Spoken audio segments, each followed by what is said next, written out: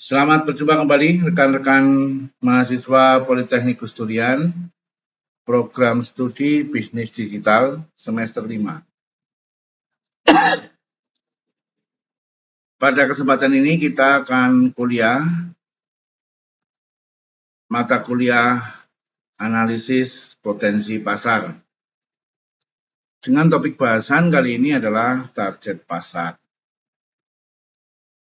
Baiklah, kita mulai kuliah kita.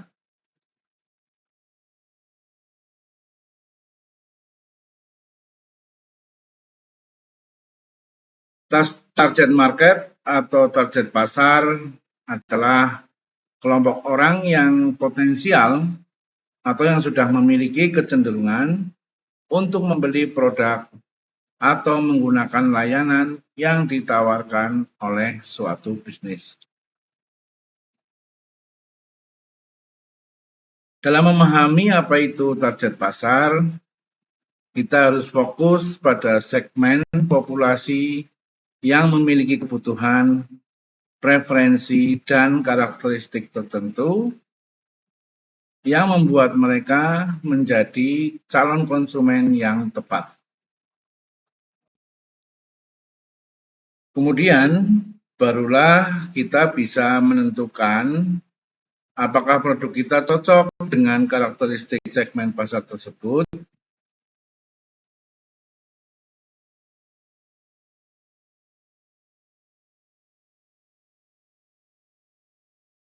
Dengan mengetahui siapa target konsumen yang sebenarnya, bisnis dapat mengarahkan sumber daya dan upaya pemasaran produk mereka secara efisien daripada mencoba menjangkau semua orang tanpa arah yang jelas. Sebagai gambaran, contoh target pasar adalah gerai McDonald yang dibuka di rest area jalan tol. Karena lokasinya, McDonald menarget orang-orang berpendapatan menengah ke atas yang sedang dalam perjalanan. Jadi, kebutuhan target pasarnya adalah mencari makanan cepat saji dan mengenyangkan.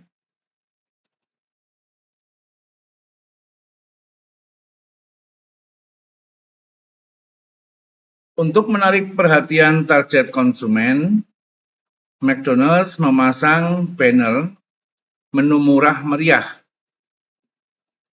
Selain itu, mereka juga memberikan pertanyaan atau pelayanan drive-thru untuk memenuhi kebutuhan konsumennya. Drive-thru adalah pelayanan dari dalam mobil, jadi konsumen tidak perlu turun ke gerai, cukup dari atas mobil membuka jendela, langsung memesan makanan dan dilayani.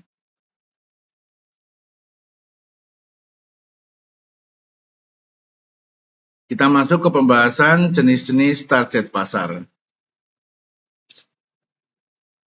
Secara umum, jenis-jenis target pasar dikelompokkan menjadi 3, yaitu mass market yang pertama.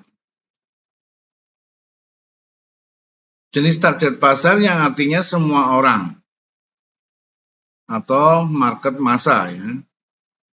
Artinya pebisnis yang tidak perlu menerapkan segmentasi khusus untuk konsumennya. Sebab produk yang dijual bersifat umum dan ditujukan untuk semua orang. Contohnya adalah produk untuk penggunaan sehari-hari seperti sikat gigi, sabun, dan lain sebagainya.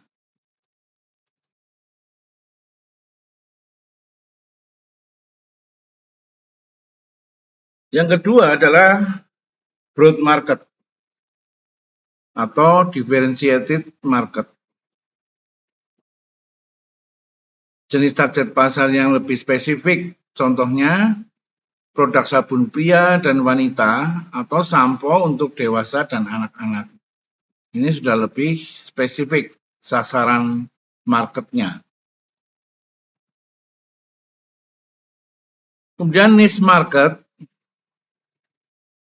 jenis target pasar yang lebih sempit karena terkait dengan karakteristik konsumen yang khusus. Sebagai contoh, penjualan untuk produk pasta gigi untuk gigi sensitif. Ya, ini adalah jenis atau tipe niche market.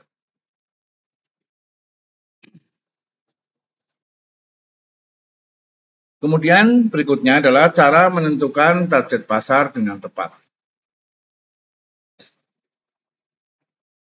Yang pertama, mulai dengan riset pasar. Langkah pertama dalam cara menentukan target pasar adalah mencari tahu siapa saja yang ingin membeli produk kita dengan melakukan riset pasar. Dalam proses ini, selain mengidentifikasi data pelanggan, kita juga perlu mencari tahu pesaing yang ada. Dengan memahami pesaing dan melihat tren pasar, kita dapat mengumpulkan data dan informasi yang berguna untuk menentukan target pasar atau target market dan mengembangkan strategi pemasaran yang efektif.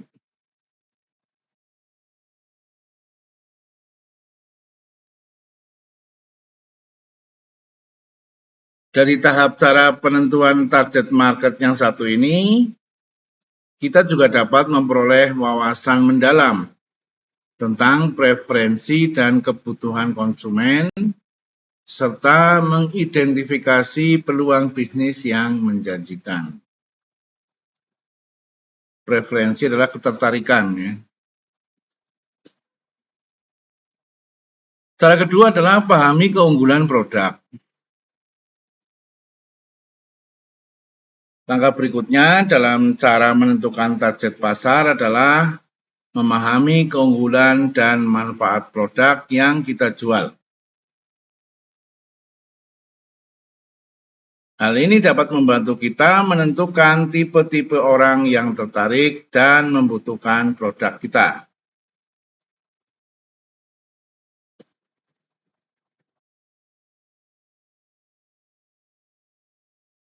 Cara yang ketiga, lakukan segmentasi pasar. Segmentasi pasar adalah proses membagi target pasar menjadi kelompok-kelompok kecil atau segmen untuk mengidentifikasi potensi pertumbuhan pasar. Melalui segmen pasar, pebisnis dapat mengidentifikasi karakteristik kunci yang mendefinisikan target market mereka dan menentukan strategi pemasaran sesuai dengan kebutuhan, preferensi, dan kepribadian unik mereka.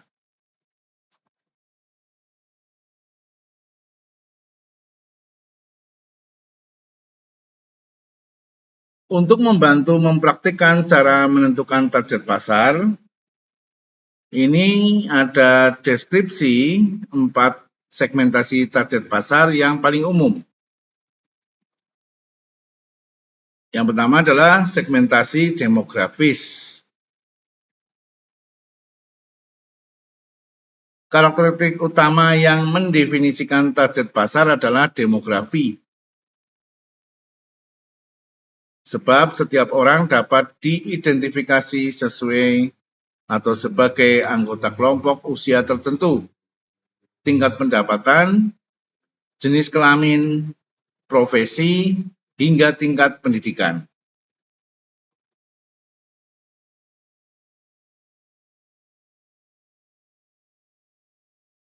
Yang kedua adalah segmentasi geografis. Pengelompokan target market berdasarkan lokasi pelanggan. Ya, misalnya yang tinggal di daerah pesisir dengan yang tinggal di daerah pegunungan, yang di perkotaan dan yang di pedesaan itu tentu akan memiliki preferensi yang berlainan. Berikutnya adalah segmentasi psikografis. Jenis segmentasi target pasar yang fokus pada sifat atau kepribadian pelanggan. Ini memang agak sulit datanya, tapi bisa melalui survei pelanggan. Kemudian, segmentasi tingkah laku. Segmentasi perilaku cenderung fokus menggali kebiasaan pelanggan dalam membeli produk. Jenis segmentasi target pasar yang satu ini terdiri dari pola perilaku seperti loyalitas pelanggan, konsumsi, gaya hidup, dan lainnya.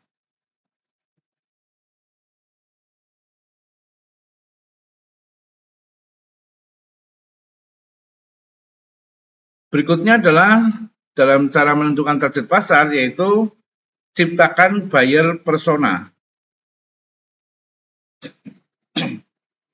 Setelah menentukan target market yang sesuai, kembangkan buyer persona untuk setiap segmen pasar.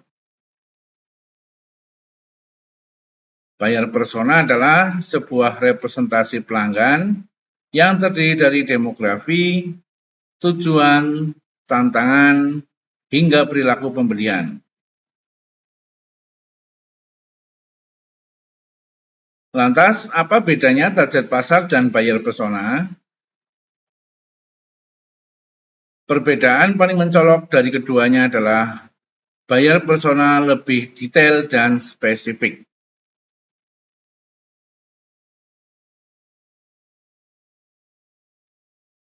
Ibaratnya, ketika kita melihat sebuah lingkaran pertemanan, mereka memang memiliki umur dan minat yang sama.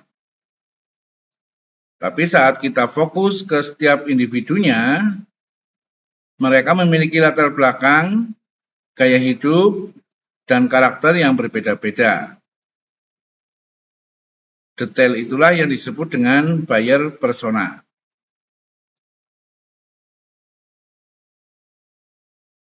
Untuk membangun buyer persona, kita bisa memulai dengan menentukan jenis kelamin, usia, gaya hidup, dan lainnya.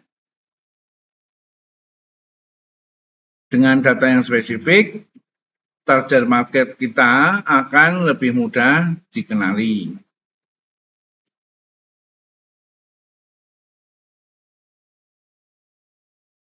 Pembahasan berikutnya adalah pertimbangan pemilihan target pasar.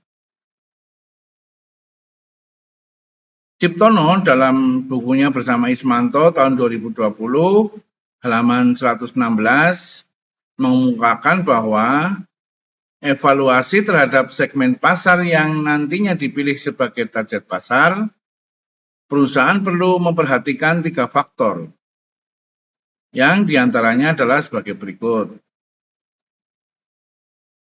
Yang pertama, ukuran dan pertumbuhan pasar.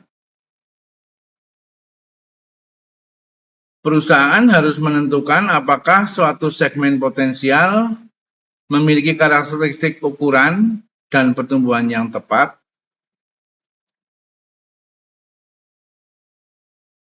Yang kedua adalah daya tarik struktur segmen.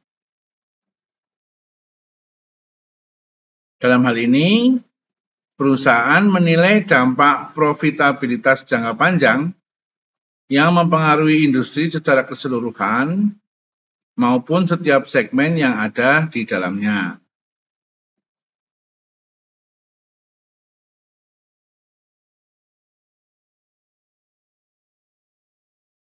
Yang ketiga, tujuan dan sumber daya perusahaan. Perusahaan mampu menimbang kesesuaian segmen yang akan disasar. Perusahaan mempunyai sumber daya yang memadai untuk melayani segmen tersebut.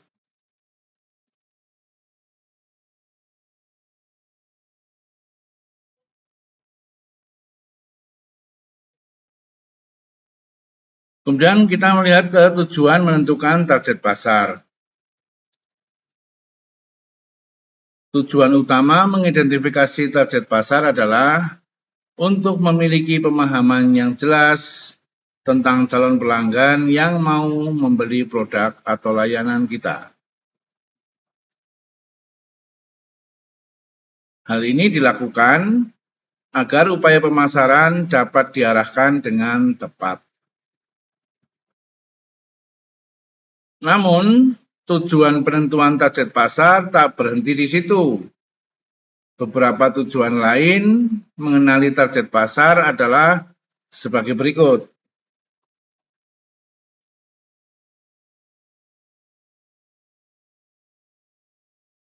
Yang pertama, tujuannya adalah meningkatkan penjualan.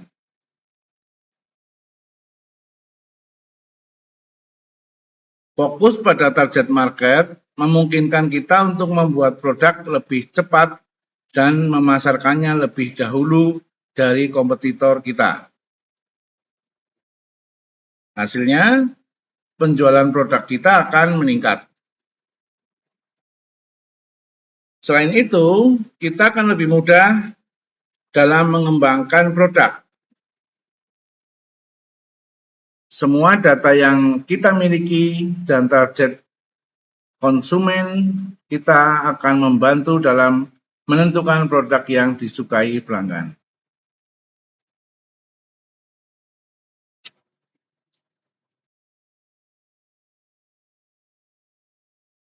Tidak hanya itu, kemampuan kita dalam memenuhi kebutuhan pelanggan dengan baik akan mendorong customer loyalty. Ingat, 65% dari keuntungan sebuah perusahaan berasal dari para pelanggan setianya. Jika hal ini diterapkan pada setiap produk, tentu akan memberikan hasil yang lebih baik.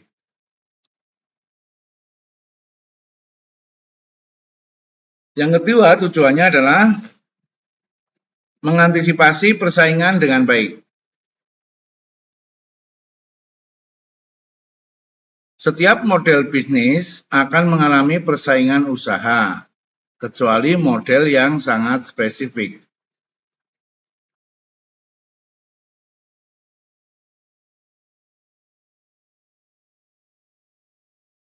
Jika bisnis kita memiliki kompetitor, jangan terlalu khawatir. Kemampuan kita dalam mengantisipasi persaingan akan memberikan kita keuntungan. Kuncinya menentukan target pasar kita dan melihat apa yang kompetitor tawarkan di pasar tersebut. Lalu, ciptakan keunggulan produk kita yang belum mampu ditawarkan oleh kompetitor. Intinya, mengetahui target pasar bisa membantu kita tampil beda dari kompetitor. Itulah yang dilakukan perusahaan sekelas Nike dengan berbagai produknya. Siapa yang tidak kenal sepatu Nike, ya? Tujuan yang ketiga adalah memudahkan dalam menyiapkan konten promosi. Sebuah pemasaran yang berhasil dipengaruhi oleh konten advertising yang digunakan. Semakin sesuai dengan target pasar, akan semakin menarik perhatian. Dengan demikian, potensi penjualan produk bisa ditingkatkan dengan maksimal. Target pasar kita akan menentukan apakah promosi akan dilakukan melalui media cetak seperti surat kabar atau majalah, atau pemasaran melalui digital seperti video marketing saja. Hal ini membutuhkan pertimbangan yang berdasar pada data, yaitu target audiens kita.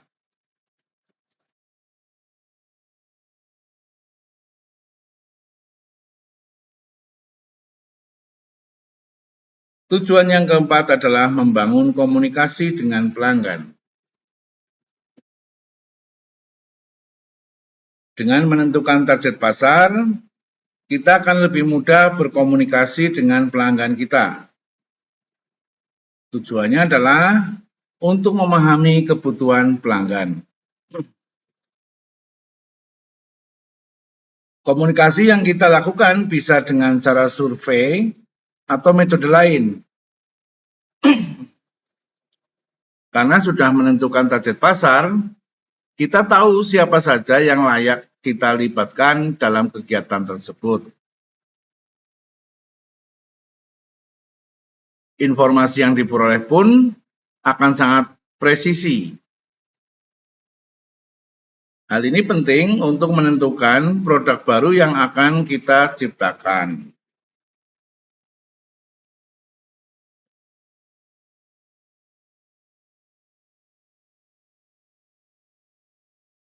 Bahasan berikutnya adalah faktor-faktor yang mempengaruhi targeting.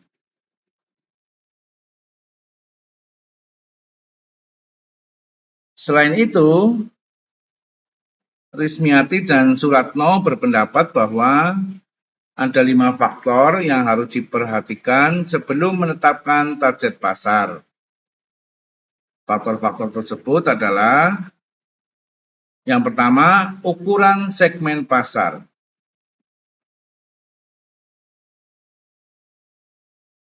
Ukuran segmen pasar atau perkiraan besarnya segmen pasar yang akan dituju merupakan faktor penting untuk memutuskan apakah segmen pasar tersebut cukup berharga untuk ditindaklanjuti.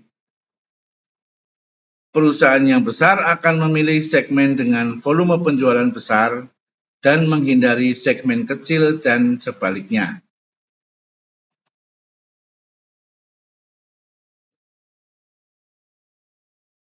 Faktor kedua adalah pertumbuhan segmen. Walaupun ukuran segmen saat ini kecil, bukan tidak mungkin akan berkembang atau diharapkan dapat berkembang untuk masa mendatang. Faktor ketiga adalah biaya yang harus dikeluarkan. Biaya yang harus dikeluarkan untuk mencapai segmen tersebut harus menjadi salah satu faktor pertimbangan suatu segmen yang akan kita sasar. Karena suatu segmen yang tidak cocok dengan kegiatan pemasaran perusahaan seharusnya tidak dikejar.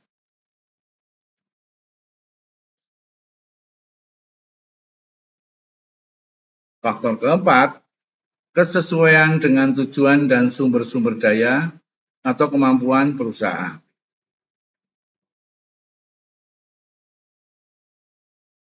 Target yang dituju haruslah sesuai dengan tujuan dan sumber-sumber daya atau kemampuan yang dimiliki perusahaan. Faktor kelima adalah posisi persaingan. Suatu segmen mungkin mempunyai ukuran dan pertumbuhan yang baik, tetapi mempunyai potensi lemah dalam hal laba. Lebih sedikit persaingan, maka semakin menariklah segmen tersebut untuk dimasuki.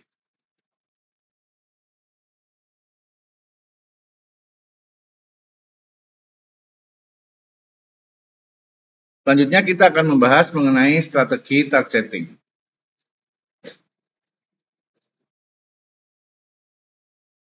Setidaknya terdapat 5 metode atau strategi pemilihan sasaran pasar yang bisa dijalankan atas banyaknya segmen pasar serta produk yang hendak ditawarkan. Menurut Lubis dalam bukunya Ismanto tahun 2020 halaman 118, beberapa strategi targeting tersebut diantaranya adalah sebagai berikut. Yang pertama adalah konsentrasi pasar tunggal atau single segment concentration.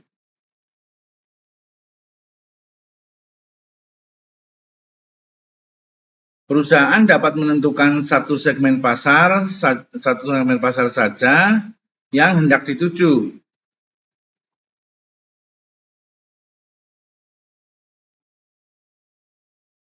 Perusahaan secara terus-menerus diharuskan untuk meningkatkan pemahaman akan kebutuhan segmen supaya bisa sampai pada posisi tertinggi di pasar tersebut. Namun, kekurangan dari metode ini yaitu tingginya risiko yang terdapat di dalamnya. Biasanya perusahaan yang lebih kecil melakukan pilihan ini.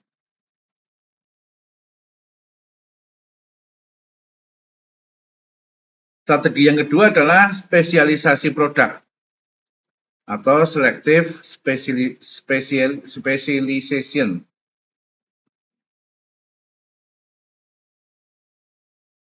Perusahaan fokus untuk membuat produk spesial yang ditujukan ke beberapa segmen.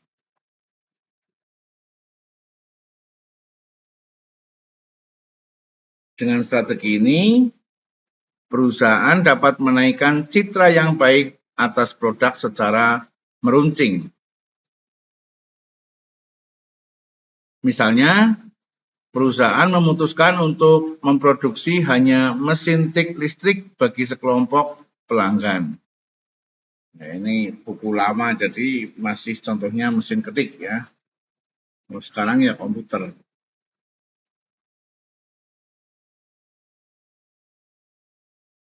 Strategi ketiga adalah spesialisasi pasar atau product specialization.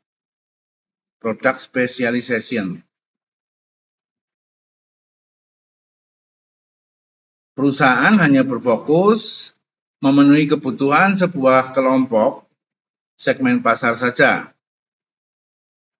Hal ini dapat membantu perusahaan supaya bisa mendapat citra yang baik atas pelayanan kelompok secara khusus.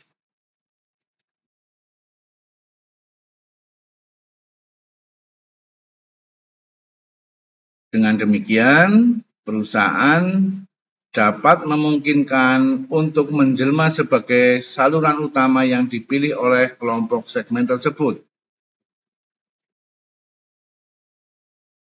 Dengan strategi ini, perusahaan dapat menaikkan citra yang baik atas produk secara terperinci. Misalnya, sebuah perusahaan memutuskan untuk membuat segala macam mesin tik, tetapi diarahkan untuk kelompok pelanggan yang kecil.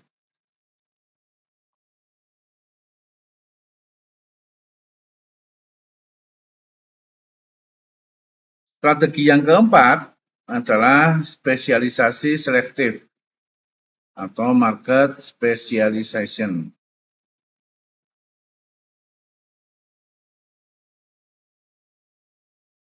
Perusahaan menentukan sejumlah segmen yang tepat serta atraktif dalam merespon produk yang tepat dengan sumber daya yang terdapat pada perusahaan serta tujuan yang ingin dicapai oleh perusahaan.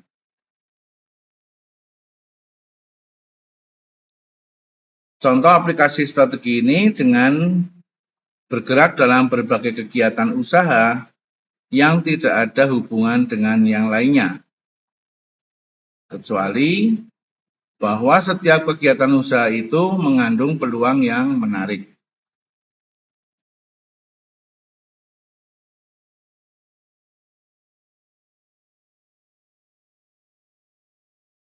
Strategi kelima adalah peliputan keseluruhan atau full market coverage.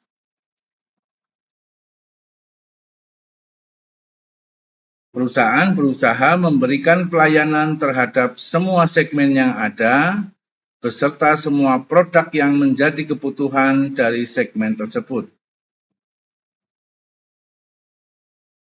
Hanya perusahaan yang mempunyai modal dan sumber daya yang cukup besar yang mampu menggunakan metode ini. Oleh karena itu, strategi ini lazim dilaksanakan oleh industri yang lebih besar untuk mengungguli pasar. Sederhananya, mereka menyediakan sebuah produk untuk setiap orang sesuai dengan daya beli masing-masing.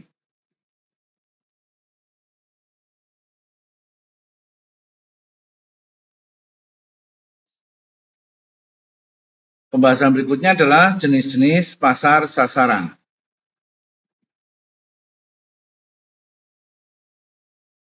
Pasar sasaran yang dapat dipilih oleh targeting terbagi menjadi beberapa jenis kelompok utama sebagai berikut. Yang pertama adalah pasar sasaran jangka pendek. Pasar ini direncanakan oleh pemasar dengan membuat perkiraan jangkauan terhadap rentang waktu yang tidak jauh dan memiliki maksud untuk memperoleh penjualan pada waktu yang tidak jauh tersebut. Artinya tidak jauh adalah tidak lama, ya, jadi jangka pendek. Biasanya ini untuk produk-produk yang musiman.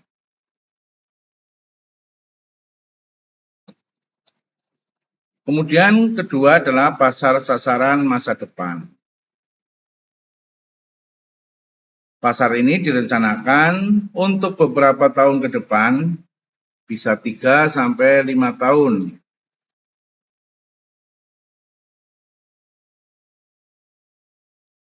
Yang memungkinkan perlunya inovasi produk maupun target pasar dengan melakukan penambahan maupun pengurangan. Hal ini bertujuan untuk memenuhi serta mendeteksi inovasi apa yang menjadi preferensi konsumen, serta mencegah dan mengendalikan konsumen supaya tidak berpindah kepada pesaing. Jenis pasar yang ketiga adalah pasar sasaran primer. Pasar ini merupakan target utama atas suatu produk yang dihasilkan perusahaan. Jumlahnya tidak banyak, akan tetapi adanya penggunaan terhadap produk dalam jumlah yang banyak. Artinya begini, jumlah konsumen yang dituju mungkin tidak banyak, tetapi setiap konsumen itu akan mengkonsumsi atau menggunakan produk kita itu dalam jumlah yang banyak.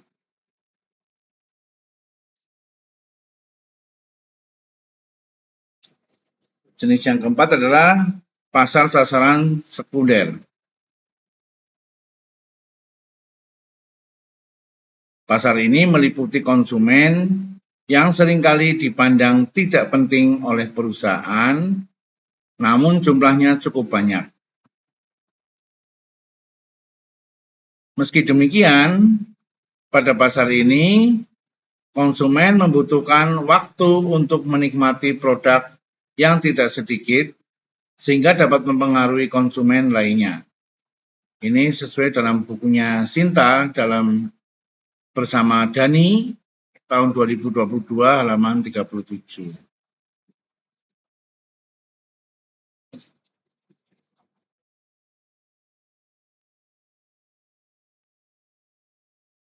Bahasan terakhir adalah penentuan targeting.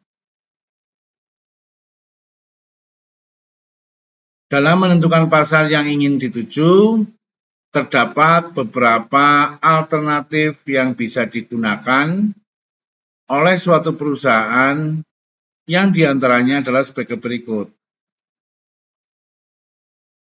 Yang pertama adalah undifferentiated marketing.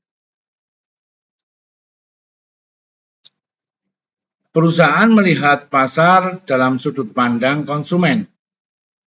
bukan segmen pasar yang tidak sama dengan kebutuhan konsumen yang tidak sama pula. Dalam hal ini, perusahaan melakukan pengembangan terhadap produk yang bisa menyediakan keinginan maupun kebutuhan semua orang. Jadi artinya bahwa target yang kita tuju ini tidak didefinisikan atau tidak kita spesifikasikan. Pasarnya pasar umum, pasar bebas ya.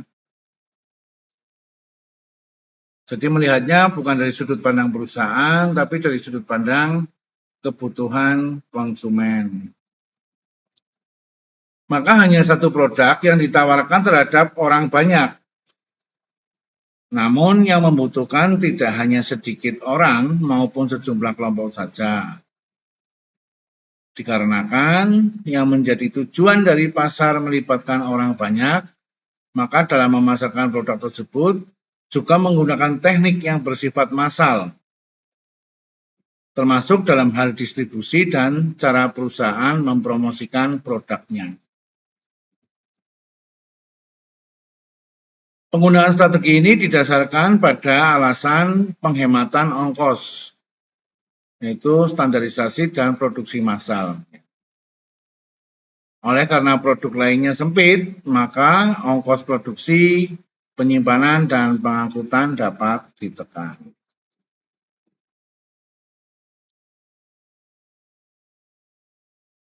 Demikian juga ongkos untuk penelitian pasar tidak ada atau sangat kecil. Strategi ini digunakan dalam rangka untuk menghemat biaya standarisasi produksi, kemudian produksinya bersifat massal, dan ditujukan pada segmen terbesar yang terdapat di pasar. Dengan banyaknya perusahaan yang menjalankan strategi ini memungkinkan adanya persaingan yang sangat tinggi dalam segmen tersebut.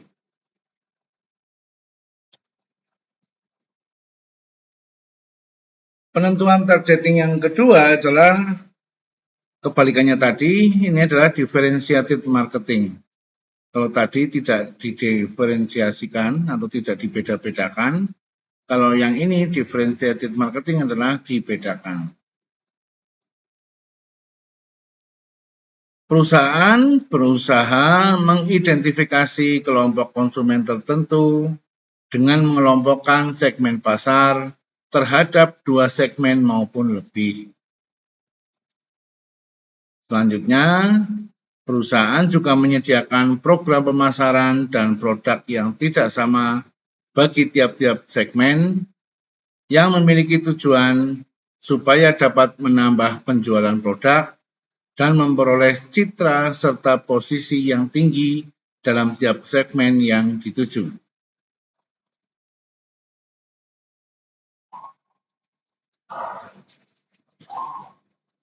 Pada hal ini, biasanya perusahaan menentukan kelompok yang hendak mereka layani, kemudian merencanakan suatu produk yang bisa memenuhi kepuasan terhadap segmen tersebut.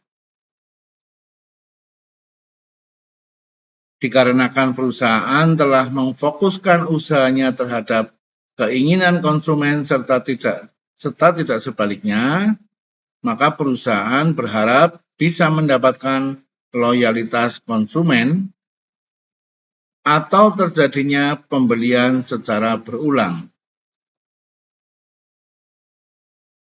Maka dapat dikatakan bahwa strategi ini bisa menaikkan tingkat penjualan perusahaan.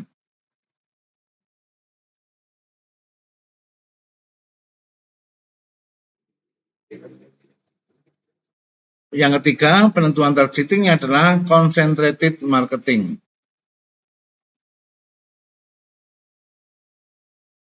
Perusahaan memfokuskan usaha dalam memasarkan produknya terhadap satu maupun sejumlah kelompok konsumen. Hal ini biasanya dijalankan oleh perusahaan yang tidak dapat memberikan pelayanan secara maksimal terhadap konsumen dalam jumlah yang banyak. sehingga usaha pemasaran hanya difokuskan pada kelompok yang pembeliannya memberikan keuntungan bagi perusahaan. Ini biasanya untuk produk-produk dengan sumber daya atau bahan baku yang terbatas. Ya, hal tersebut disebabkan kurangnya sumber daya maupun modal yang dimiliki oleh perusahaan. Maka dari itu, perusahaan hanya mengembangkan produk yang menurutnya ideal untuk dipasarkan pada segmen tersebut.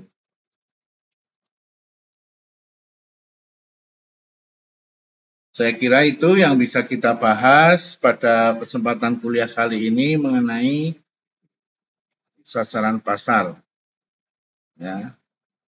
Subscribe bagi yang belum subscribe channel saya, kemudian like dan share kepada banyak orang. Siapa tahu apa yang kita bahas kali ini bisa memberikan manfaat juga kepada orang lain. Memberikan komentar pada kolom komentar bagi mahasiswa Politeknik Busdurian sebagai bukti kehadiran kuliah. Terima kasih atas perhatiannya. Kita akan bertemu lagi pada kuliah-kuliah berikutnya.